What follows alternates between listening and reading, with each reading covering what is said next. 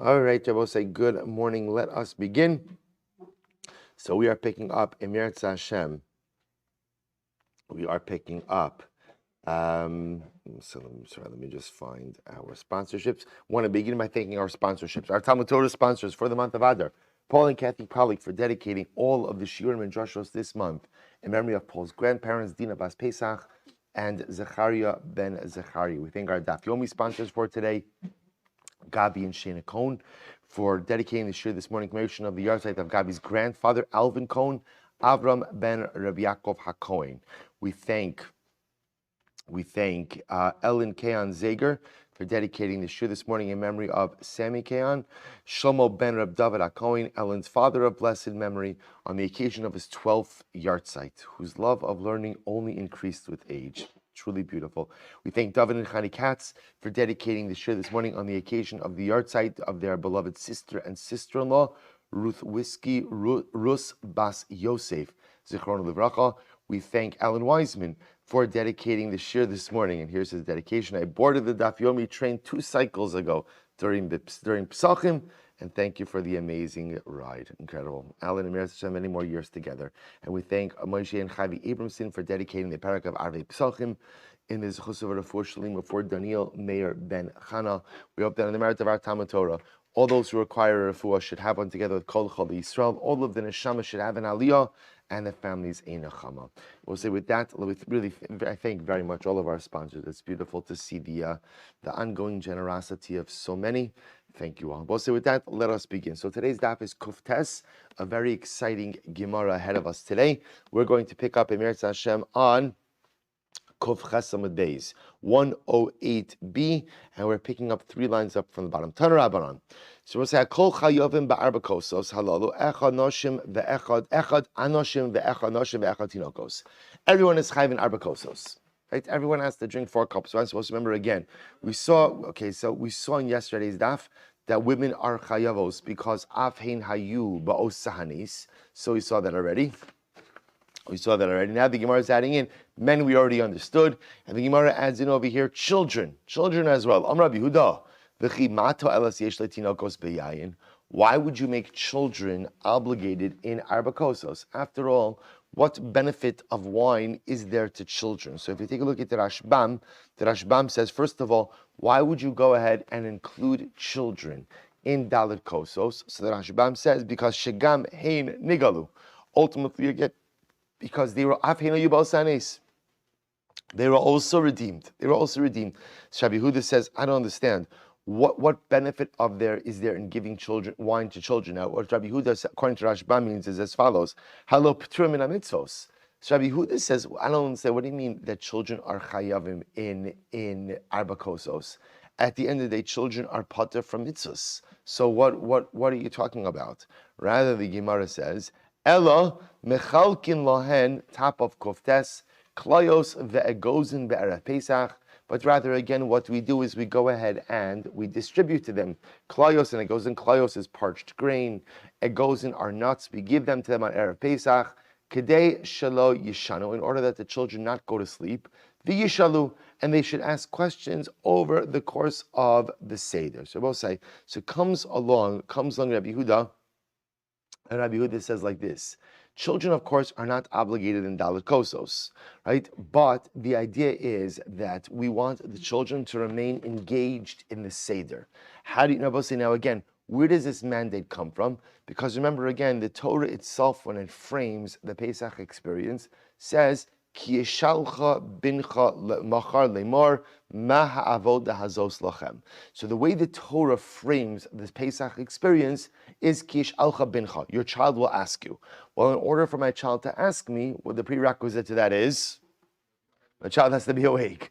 Okay, so that's why again, it's just saying the Havamina of the Gemara. The Havamina of the Gemara is okay. So keep the children engaged. How do you keep the children engaged? Arba kosos. This is no, it doesn't make sense. Arba kosos is a mitzvah, and children are not chayavim in mitzvahs. So how do you keep the children engaged? You give them candy, or at least the Talmudic form of candy, right? You go ahead and give them parched grain, give them nuts, keep them engaged in order that they not fall asleep and they ask at the seder. Amru alava Rabbi Akiva. So we'll say this is so beautiful. They said about Rabbi Akiva, Shahaya mechalik klayos ve'egozim litinokos berapetach. Well, let's listen to this. Rabbi Akiva was the Talmudic candyman, right? So what would he do? He was the Erev Pesach candyman, and he would go ahead and Erev Pesach give out klayos and egozim, parched grain and nuts to the children. Kedei shelo yishanu v'yishalu, in order that ultimately, again, they should not fall asleep, and ultimately, again, ask the question. I will say, I just think it's very striking that this is Rabbi Akiva. This is Rabbi Akiva. So why is it Rabbi Akiva who's handing out the candy on Erev Pesach to keep the children awake? See, I will say the whole chap over here is don't fall asleep. Don't fall asleep. You know, Rabbi Akiva knows what it's like to sleep through a chelik of life. Right? Because Rabbi Akiva didn't find Torah until he was 40 years old. He slumbered through the first 4 decades of his life. He knows how much you can miss out when you go ahead and you just sleepwalk through life. And Rabbi Akiva made it his life mission that the children shouldn't sleepwalk through life. The children ultimately, again, should be awake. I will say, in such an incredible yisod, because whether we recognize it or not, we often sleepwalk through life. We go through the motions, we go through our day, we're like the hamster on the wheel, and we think we're making traction, we think we're going, but sometimes we're not really moving ourselves in the comprehensive way we need to. So Rabbi Akiva said, have to make sure the children don't fall asleep, because children who fall asleep can chas v'shalom become adults who fall asleep. And adults who fall asleep can miss out on so much in life. So Rabbi Akiva used to hand out the klayos and the gozin on Erev Pesach. Tanya, both say this is beautiful. Tanya, Rabbi Eliezer Omer, chotfin matzos belele Pesach, bishil tinoko shlo yishana. So both say, fascinating statement. So comes along Rabbi Eliezer and agrees with this idea that we have to go ahead and keep the children awake, right? The goal is you can't let the children fall asleep. We want the children to be engaged at the Seder. So what would they do? Chotfin matzos. Now chotfin matzos literally means they would grab the matzos. Now what does this mean? If you take a look at the Rashbam, this is fascinating. It's chotfin matzos. He says magbina sakara b'shil tinoko shishalu. So first approach in the Rashbam, which is also the approach in Rashi, you take away the Seder plate. We do strange things at the Seder in order that the children say, hey, what's going on? So we'll say chotfin matzah means that ultimately you lift up the Seder plate. Now why do they call the Seder plate lifting up matzah? Because remember, again, we're going to discuss this, but bepashtos, the matzahs are part of the Seder plate. So when you go ahead and you lift up the Seder plate, you remove the matzahs as well. Ve'iste mefarshi, chotfin matzah, uchlin maher, shnev l'shonos ala perush rabbeinu. Or the other possibilities, chotfin matzah means we eat quickly. We'll define what that means in just a moment. Ve'ish karsin, matzos, magbin es hakara, sheyesh ba matzah marav beis tafshilin. So I just want to point out, there are different types of Seder plates that people have, right? So some people you have a Seder plate, and then you keep your matzahs separate from the Seder plate. It appears from the Rashbam and Rashi that the Seder plate they used to use was a Seder plate that sat on top of the matzahs, which is really quite interesting. So like the largest, a lot of people have Seder plate like this. You have the Seder plate on top, the matzahs rest under it. This seems to be, and I want to point out, this is not a halachic issue. This is more just a fascinating practice issue, that it just, from the lashon, that when they say chotfin es hamatzos, you remove the matzahs, that refers to the ka'ara, to the Seder plate. That's what it sounds like, the type of Seder plate they had. Velinira, and listen to this, Rashbam says, I think, Velinira, chotfin misalkin es halechem miyad hatinokos, shelo yu yishenam mitoch ma'achal harbe, kederach hatinok acher achilaso, v'shuv lo yishalu, aval achshav kishechotfin mehen lo yishnu, v'yishalu, kilomar lo yishan shlo acham. Let's listen to this. So the Rashbam says, however, I think that what it means is as follows. I think what it means is we don't let the kids eat a lot during the Seder. Chotfin es hamatzos literally means we grab the matzah out of their hand. That we don't let them eat too much. Because what happens when you eat too much? What happens when you eat too much? You get tired. It will say it's not an accident that for many, the second part of the Seder is much more challenging than the first, right? Because I mean, from I was going to say wokeness, but you can't say that today, right? From a wakefulness perspective, right? So it's why? Because again, I just had a big meal. So of course, the second part. So chotfin es hamatzos says Rashbam, and later on he quotes the Tosefta. says that what it means is we don't let the kids eat too much over the course of the Seder. We go ahead and we grab the matzah. We'll say, so a number of different versions. Either it could mean we eat quickly, or it could mean we remove the Seder plate, or it means that we don't let the kids eat too much. Now, I will say, what I do want to point out is that many quote this Gemara to be the source of the minhag of stealing the afikomen. Chotfin es hamatzas. We grab the matzah. We grab the matzah. Mishnah Berurah quotes this as well. Chotfin es hamatzas. We grab the matzahs, stealing afikomen. And I want to point out, maybe we'll find the time to talk more about this. A lot to talk about still before Pesach. Many are against this practice of stealing the afikomen. Rav Shlomo Zalman Auerbach Zecher Tzadik Livracha has a piece on this where he writes that it's bad midos. It's just bad midos. Why in a million years would we ever teach our children to steal and then extort, right? It's theft and extortion, right? It's I'm going to steal your afikomen, and by the way, if you want it back, here's what you have to do. So Shlomo Zalman says, what terrible midos to instill within our children at the Leil HaSeder. Okay, so, but we understand many other accept this practice as a minhag Yisrael, and again, it's rooted in the Gemara Chotfin. We grab the matzah. So both say so. Essentially, four different approaches. Either it could be referring to stealing the afikomen, or it could be referring ultimately to lifting up the seder plate, or it could mean we eat quickly, which are both say eat quickly, or it means that halacha l'maisa we don't let the kids eat too much. Just the eating quickly piece of I'll just mention as an aside that if you're leading a seder, and whether it's other people there or whether it's children there, it is so important to be strategic in how you run your seder. You know, that sometimes for the benefit of the children, it's kedai to do a faster seder. If you could keep your children engaged by moving things along and they could find it exciting, the goal of your Pesach seder, I can't tell you how many people have traumatic childhood memories from the Leil HaSeder. Right? A Seder that went on too long, my father made me sit at the table.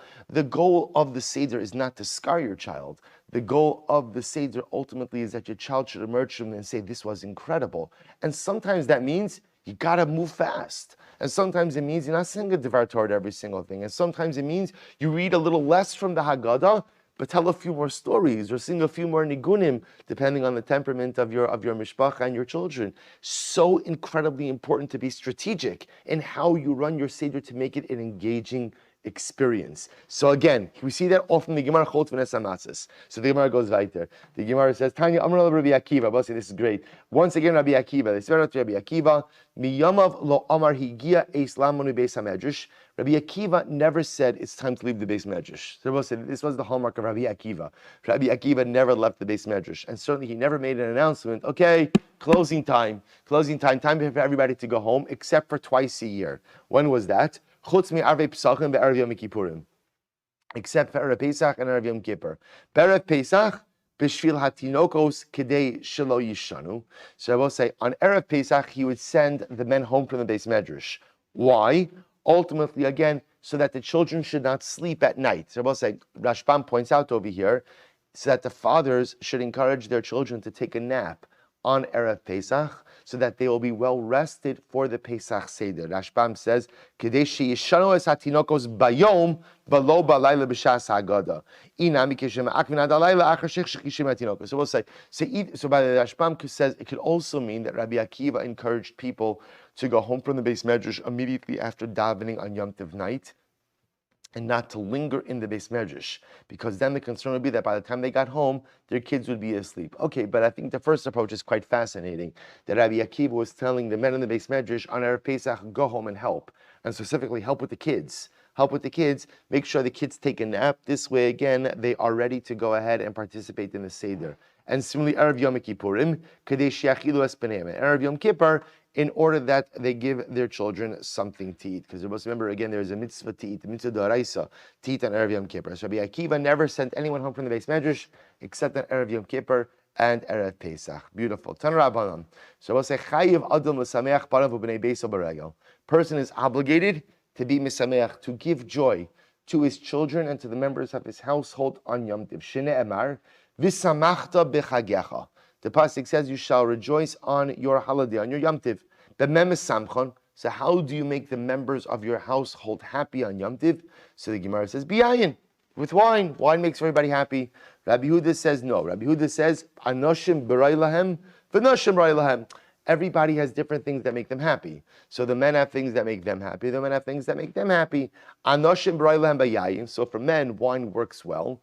V'noshim b'ray lahem. And for women, you have to give them, what is it, I'm sorry. So, Anoshim b'ray lahem b'yayin, v'noshim b'mai. How do you make women happy? Tani Rav Yosef, b'vavel. So the answer is, we don't know. Right? But again, but the Gemara says, Tani Rav Yosef, but Rav Yosef ventures a guess on this, and he says, Tani Rav Yosef, bebavel bebegdei tzivonin. Ultimately, again, in Bavel, they would give the women colored clothing. Be'eretz Yisrael bebegdei pishtan miguhatzin, and in Eretz Yisrael, linen pressed clothing. Okay, clothing. Okay, so Bavel and Eretz Yisrael, they had different fashion styles. But Lamaisa, again, clothing. So we'll say again. So this is really quite fascinating. I just want to mention a fascinating machlokes about this. So we'll say. So what comes out over here is the Gemara's understanding that v'samachta b'chagecha is a din that I have to be misameach my family. In other words, not only do I have an obligation to go ahead and be besimcha, but ultimately, again, I have an obligation to be misameach my family. And again, the Gemara says, how do you bring joy to your family? Okay, so wine, clothing, men, women. So I'll tell you something absolutely amazing. So there's a machlokes between the Rambam and the Ravid as to whether or not a woman has a mitzvahs aseh of v'samachta b'chagecha. Does a woman have, see, because we'll say, if you look at the Gemara over here, the way the Gemara frames a woman's obligation of v'samachta b'chagecha is how? That her husband has an obligation to be misameach her. So there's a machlokus about whether or not a woman has a standalone machlokus of v'samachta b'chagecha. Let's say a woman's not married. So there's no husband in the picture to make her happy. Does she have a biblical obligation of b'samachta b'chagecha or not? So the Rambam says, the Rambam paskins, the Isha mitzvah ala simcha. That's how the Rambam paskins in Hilchos Yamtiv. Perek Vav, Halacha Yud Zayin. Vav Yud Zayin Hilchos Yamtiv, the Rambam paskins, a woman has an obligation of v'samachta ala b'chagecha, a biblical obligation. Now, interestingly enough, the Ravid disagrees. The Ravid says, the Isha quotes over, actually quotes the Gemara from Yidushin, the Isha baila misamcha. So the Ravid disagrees with the Rambam, and the Ravid says a woman does not have an individual obligation of simcha. Instead, her obligation is that her husband makes her happy. The al habal mutal hachiyuv l'simcha, aval hi eino chiyuv bazeh. So we'll say this is right. So the Ravid says, no, a woman does not have a biblical obligation of v'samachta b'chagecha. Rather, the obligation is that her husband must make her happy. So we'll say this is so now. Listen to this, because this is absolutely incredible. Rabbi Akiva Eger has a whole piece on this, and he discusses. So we'll say, so I have the Rambam who says that a woman has her own independent obligation of v'samachta b'chagecha. I then have the Ravid, that's the Rambam. A Ravid says, no, a woman doesn't have an obligation of samachta b'chagecha. Rather, her obligation, her simcha, is an obligation upon her husband. So we'll say, Akiva Eger says, well, what does that mean? What does that mean that the husband has an obligation for her simcha? So there are two possibilities about it. Is it afim tzarich lidok shelo titztaer klal b'chag, or the kol chiyuv l'samcha kam pamim b'chag, however, listen to this. If you go according to the Ravid, that a husband has an obligation to make his wife happy, to be misameach her, what does that mean? Does that mean that he has to ensure that she has no tsar, that she has no discomfort or sadness over Yom Tiv? Or is it that he just has to go out of his way to do something nice for her over the course of the day? We'll say here this chakira is the husband's obligation to ensure that his wife is not bitsa'ar over Yom Tiv, that she's not suffering, having a difficult time. Is that his obligation?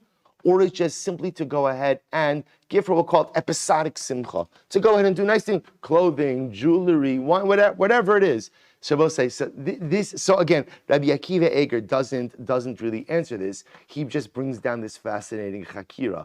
But I will say, when I was thinking about this, that what a fundamental life machlokes. First of all, the machlokes in the Rambam and the Ravid in general is, can you ever be responsible for someone else's happiness?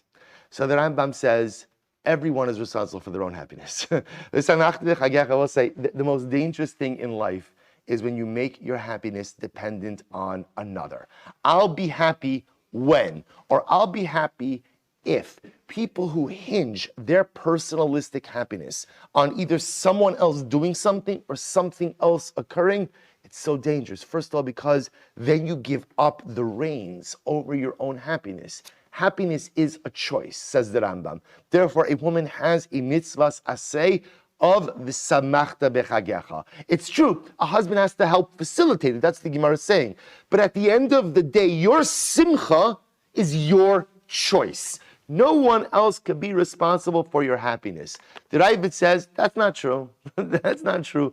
You can be responsible for other people's simcha, but the Ravid seems to be saying, and this is incredible, the Ravid seems to be saying is, the most I could do for someone else is give them, we'll call it moments of joy. I could do things for them, but I cannot remove someone else's tsar. Right? I could go ahead and do nice things for you, which hopefully generate a sense of simcha. But to remove your tsar in life, that I can't do. That's ultimately, again, going to be up to you and you alone. But I will say, what an incredible machlokes about life happiness. Can life happiness be achieved through another, or is life happiness a personal choice that I have to make?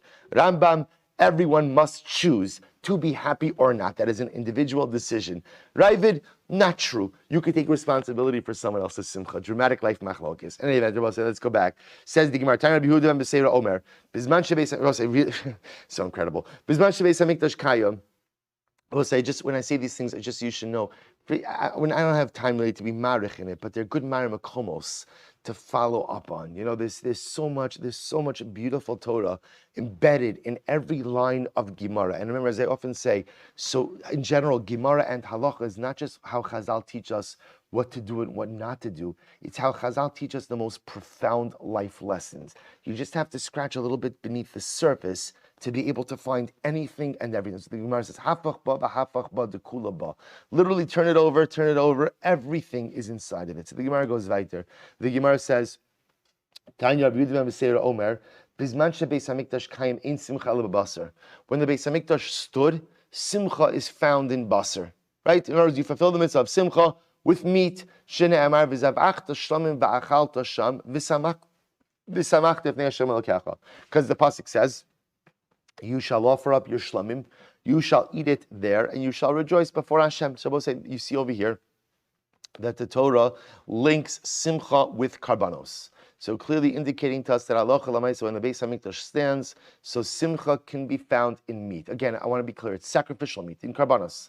Achshav she'en Beis Hamikdash kayom, but now that the Beis Hamikdash does not stand, ein simcha ela b'yayin. There is no simcha except wine. Shene'emar v'yayin yisamach levav enosh. Because the pasuk says that wine will gladden the heart of man. So I'll say, it struck me when looking at this Gemara, I don't understand. Why can't you have the same simcha through meat? In other words, meat is meat is meat. I got it when the Beis Hamikdash stood. So the Maaseh, again, there's karbanos. But again, it's the same meat. So if again, if you would have told me that during the Beis Hamikdash time, simcha is derived from the miracles in the Beis Hamikdash, or simcha is derived from aliyah l'regel, okay, I would understand. We don't have those things yet. But l'maisa meat, I have plenty of meat today. So why can't it be the same simcha for meat? So perhaps what the Gemara is saying is as follows. What the Gemara is saying is, in the absence of the Beis Hamikdash, reality has changed, and this is an incredibly important yesod. The absence of the Beis Hamikdash is not just the absence of a structure. The entire reality of the world has changed. The entire dynamic of the human condition has changed. So when the Beis Hamikdash was here, the karbanos, which represent again the bridge between heaven and earth, the karbanos, which represents taking the material, lifting it up, that was the source of my simcha, because the carbon from lashon of karav, that's the way I came close to HaKadosh Baruch Hu. There was a direct physical mechanism to serve as a bridge between myself and my Father. That was the simcha. Now there's no Beis Hamikdash. The reality has been altered. I will say, what's the power of wine? What's the power of wine? The power of wine is the ability to see beyond your reality. I don't mean to delude yourself. I will say the power of wine allows you to step back from yourself a little bit and to step back from your circumstances, right? Wine allows you to see many wonderful things. First of all, wine allows you to see many wonderful things in people that you often can't see without wine. That's the one. And wine allows you to see many incredible things in life that it just help when it says Yain Samach Levav Enosh, because wine opens the heart. So the Gemara is saying over here like this: with the destruction of the Beis Hamikdash, the world, the human condition, everything has been compromised. And sometimes it's difficult to see the simcha in life, and it's difficult to see the simcha in the world, and it's difficult to see how we're supposed to create a bridge with HaKadosh Baruch Hu, without the meat, without the carbon. But wine comes along, and wine allows me to see beyond my current reality and to just see a little bit bigger. This is why I both say every single religious service we have is rooted in wine. Why is that? Why is that? I want to point out, it's from cradle to grave. We don't have it anymore, but the Gemara Maseches Moed points out that they used to have an interesting practice. When they came back from the Levaya, you know what they would have? It's called the Kos Shel Tanchumin, cup of consolation. You know what the cup of consolation is? It's the biggest cup of wine you've ever seen, right? That's the cup of consolation, right? Why? The Gemara says, we'll say, but I want to be clear, it's not to drown your sorrows, right? It's not as an escape. It's not as an escape. But Chazal understood that when a person endures loss, their world comes crumbling down. And the more traumatic and tragic the loss, the less hope a person has. A person thinks the world is over. The world is not over. No matter how tragic or traumatic a loss, your world is never over. But sometimes I can't see that.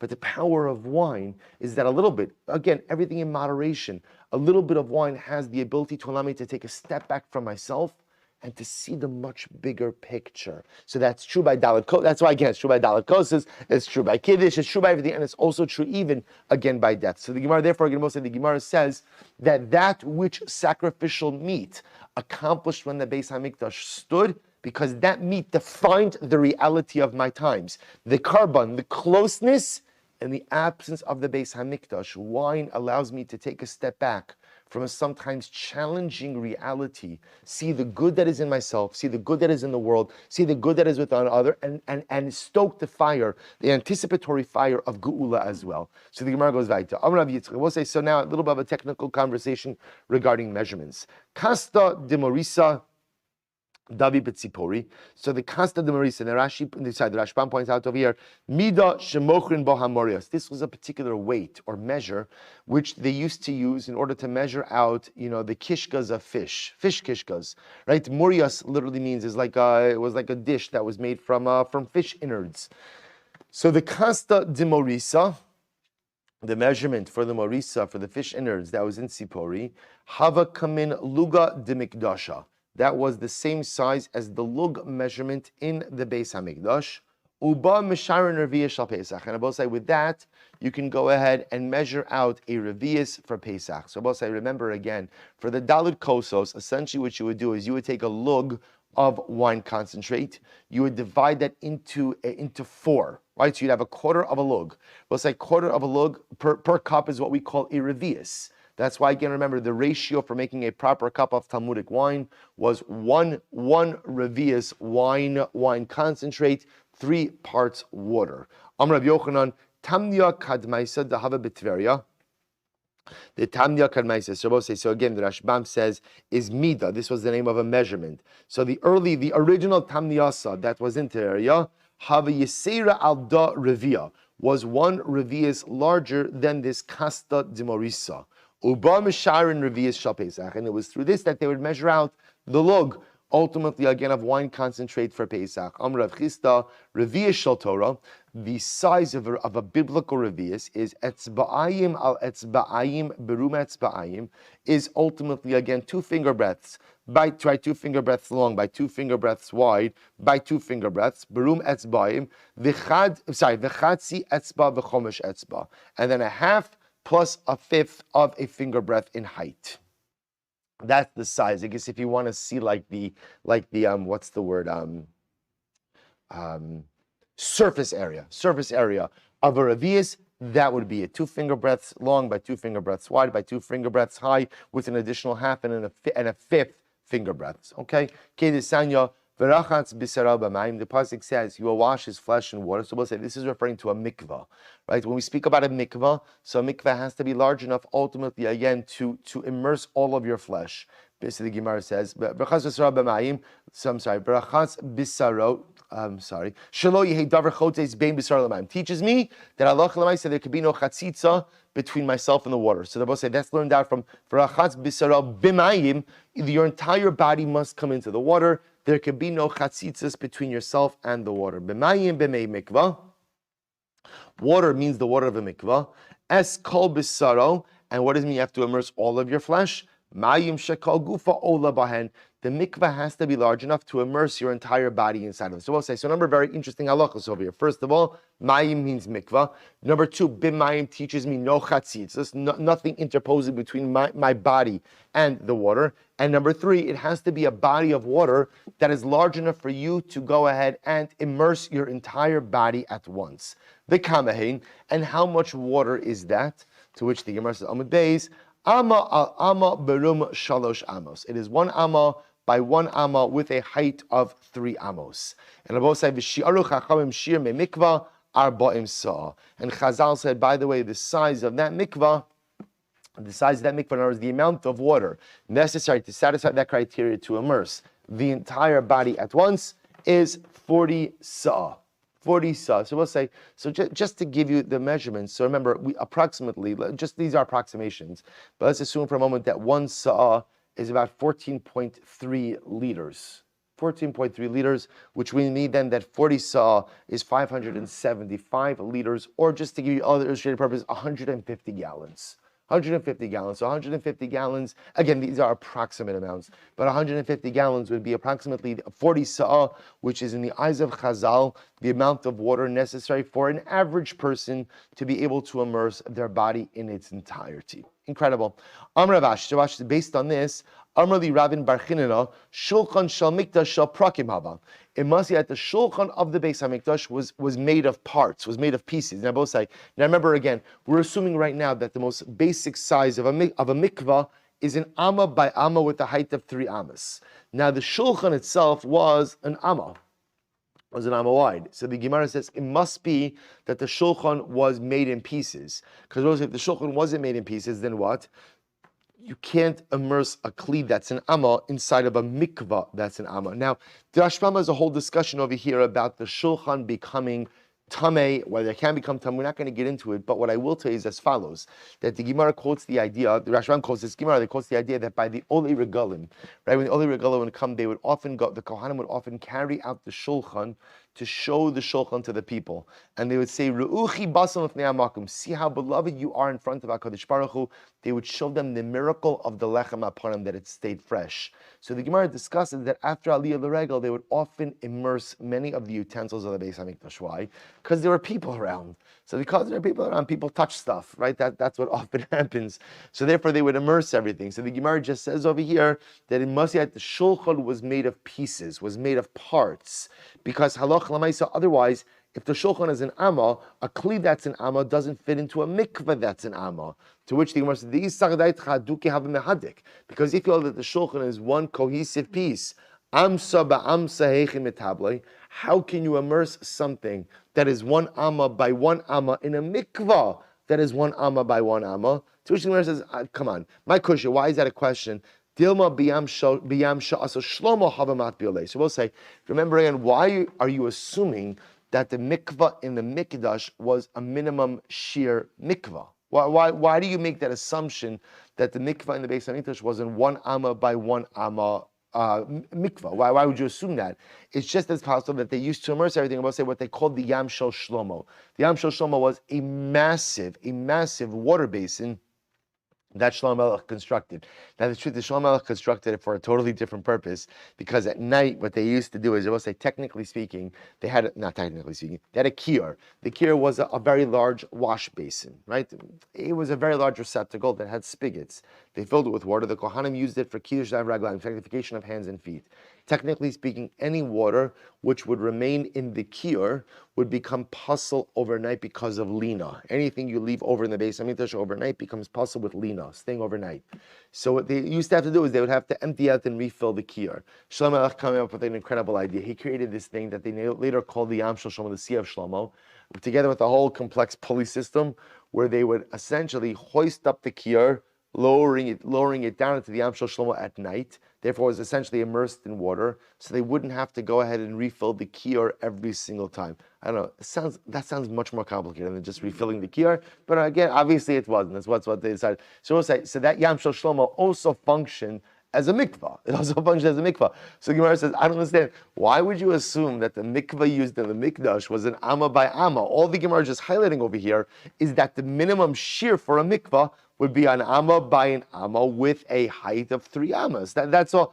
But why? It's just as easy to assume that the amma they used in the Beis HaMikdash was the Yam Shel Shlomo. After all, the Gemara says, because the Tanna B'chia, Yam Sha'asa Shlomo machzik 150 mikvah taira. Because the Esar B'chia says that the Yam that Shlomo made, which is literally this large basin, this large mikvah, held the size of 150 mikvahs. 150 mikvahs. So I'll say all the Gemara says over here is that halacha l'maisa. The Yam again you don't have to get into the idea. In other words, it's possible that the shulchan was a solid piece. That is even possible. But halacha l'maisa, again, there was still plenty of room to immerse it in the Yam Shel Shlomo. Beautiful. We'll say back to Pesachim. So we'll say, so interesting. So now we're going to get into a really interesting discussion here. So remember again, the Mishnah spoke about the idea that there's Daled Kosos, right? 4 cups of wine. And the Mishnah said Daled Kosos is so important that even an ani, right? Even if a person is poor, so halacha l'maisa, you have to go ahead and make sure that he has what he needs for Daled Kosos. So we'll say the Gemara says, Heichi mitakni rabbanon midi di asi liba lide sakana. So I'll say the Gemara asks a very interesting question. We now get into the concept of zugos. So we'll get a little bit more into this in just a moment. We'll say zugos is the concept that we don't do things in pairs. We don't do things in pairs.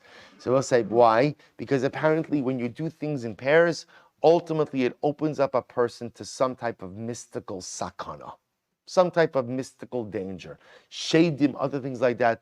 So we'll say this topic of zugos is a hotly contested one, right? Whether or not do we believe in this kind of stuff, not believe in this kind of stuff, Machlokes Rambam and the Ramban. We're just going to go with a basic understanding of zugos, which is one that's adopted by many, the Ben Yehoyada, even the Rabbi Nebuchadnezzar, who explain essentially ideas like this. The concept of zugos, doing things in pairs, seems to go ahead and smack of the concept of dualism, right? Dualism, the belief in more than one God, right? Or the belief in, opposite forces of good and evil. I will say, think about this just a moment. Even if you think about it, how our concept of Gehenna differs from the Christian concept of hell, right? Because the Christian concept of hell is often rooted in a concept that deals with the devil, right? The devil having almost like an independent shlita than God. We don't believe in this concept. We believe there's only one power, the Ribbon Shalom. That's it. That's it.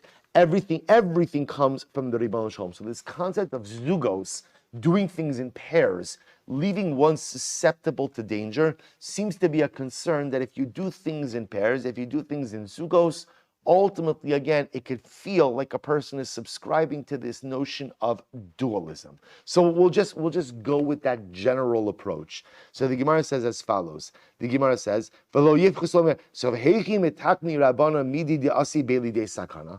how could the rabbis go ahead and institute, so Chazal instituted Daled Kosos. So how could Chazal institute Daled Kosos when Daled Kosos is 2 pairs?